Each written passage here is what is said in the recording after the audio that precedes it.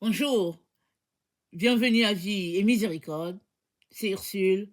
On est le 25 mars 2026 et je viens parler de la crainte de Dieu. Amen. C'est pas un nouveau sujet.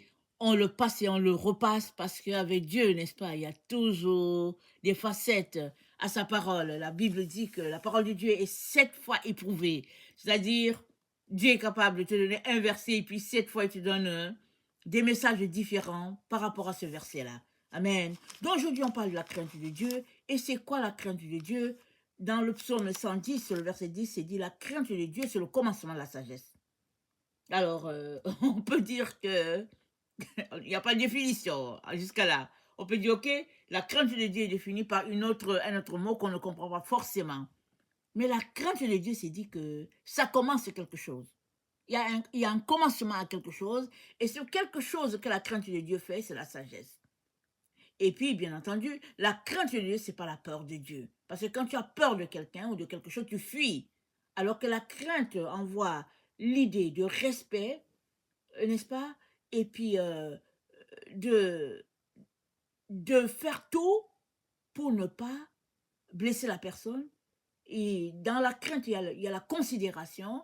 Et tous ces éléments-là, mis en place, font que on devient sage. Amen. On devient sage quand la crainte de Dieu nous visite. Ou bien quand on choisit la crainte de Dieu, alors la sagesse suit. Amen.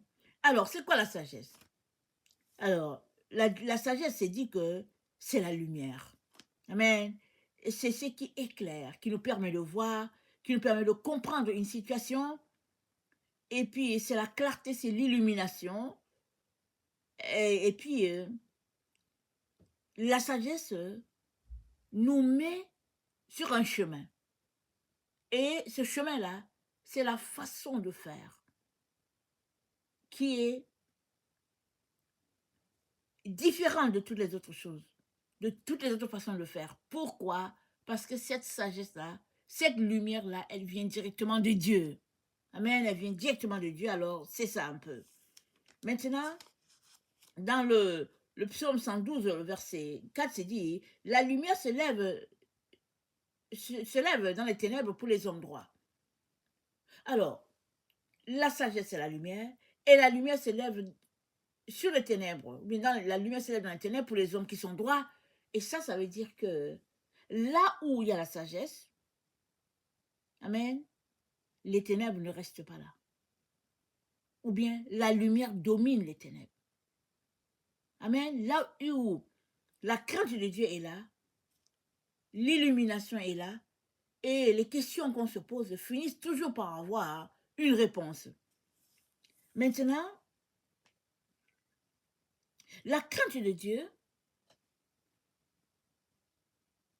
est tellement quelque chose d'agréable pour le Père que ça crée cette relation-là, l'intimité entre toi et ton Père. Ça maintient ce lien-là, filial, entre le Père et le Fils, ou bien le Père et la fille, le Créateur et la créature.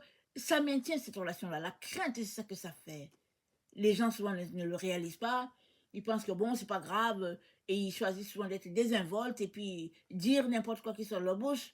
Mais si on n'est pas capable de dire n'importe quoi à nos parents biologiques, pourquoi est-ce qu'on pense le faire à Dieu? Amen. Pourquoi pensons-nous le faire à Dieu? C'est parce qu'on manque de connaissances. Et c'est dit que la crainte de Dieu, ça commence la sagesse. Amen. Alors, une personne qui craint Dieu est constamment alimentée par une énergie qui vient de Dieu lui-même. Et la même énergie qui circule en toi, qui circule, pardon, en Dieu, circule en toi. À une dose inférieure, bien sûr, parce que sinon, ça va te faire exploser. Maintenant, qu'est-ce qui fait que, bien qu'on ait donné notre vie à Jésus, on manque de sagesse?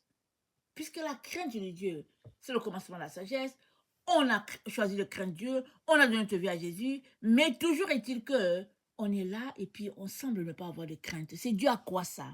Amen. Regardons le psaume 51, le verset 7. Le psaume 51, Psaume 51, verset 7.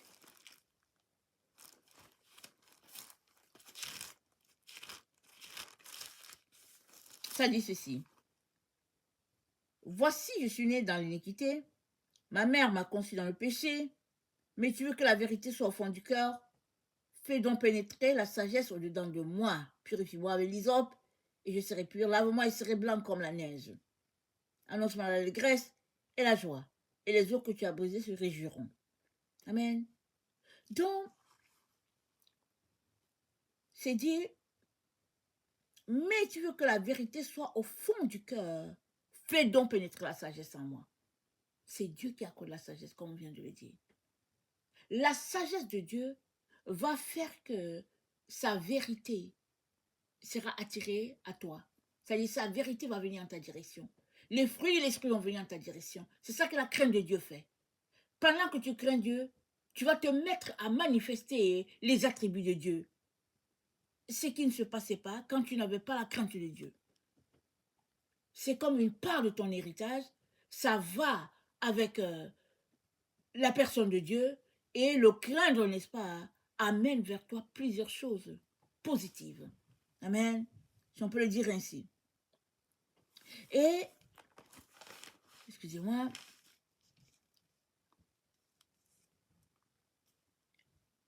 la crainte de Dieu est incontournable. Pour quiconque veut marcher dans sa destinée, c'est incontournable. Amen. Parce que tu ne peux pas en même temps dire que tu crains Dieu, tu le respectes, et en même temps le mépriser. Les deux ne marchent pas ensemble. C'est l'un ou l'autre. Alors que tu choisis de le craindre, alors Dieu aussi te le rend bien, ou bien te le rendra bien, dans ce sens que il va tout simplement te révéler ce que tu as besoin de savoir suivant les différentes situations. Amen. La relation entre la crainte de Dieu et la sagesse est que, alors que tu décides de craindre Dieu, Dieu lui-même dirige la sagesse vers toi. Dans le livre de sagesse, on le trouve, tu peux trouver le livre de sagesse en ligne. Dans le livre de sagesse, le chapitre 7, au verset 15, c'est dit, car c'est Dieu qui guide la sagesse et dirige les sages. Il tient en son pouvoir et nous-mêmes et nos paroles. Amen. C'est Dieu qui dirige la sagesse. Et c'est dit, toute la réalité cachée et apparente se trouve dans la sagesse parce que la sagesse, c'est l'artisane de toute chose. C'est-à-dire, Dieu a construit le monde ou bien a créé le monde par la sagesse. Il n'y a rien qu'il a fait sans la sagesse. Alors, si tu le crains, il va diriger vers toi ce don-là que tu ne peux pas bâtir si tu n'as pas la sagesse. Parce que ce don de sagesse est un cadeau que Dieu donne à tous ceux-là qui le craignent. Amen.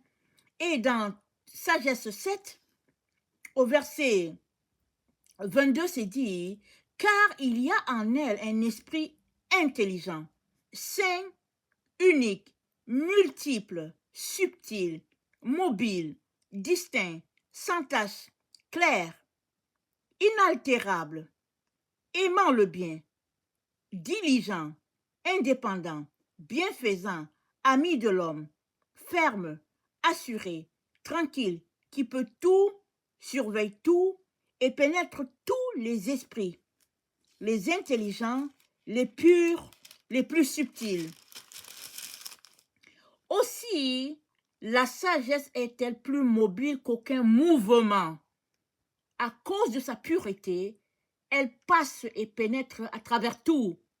Elle est un effluve de la puissance de Dieu, une pure irradiation de la gloire du Dieu souverain. C'est pourquoi nulle souillure ne se glisse en elle.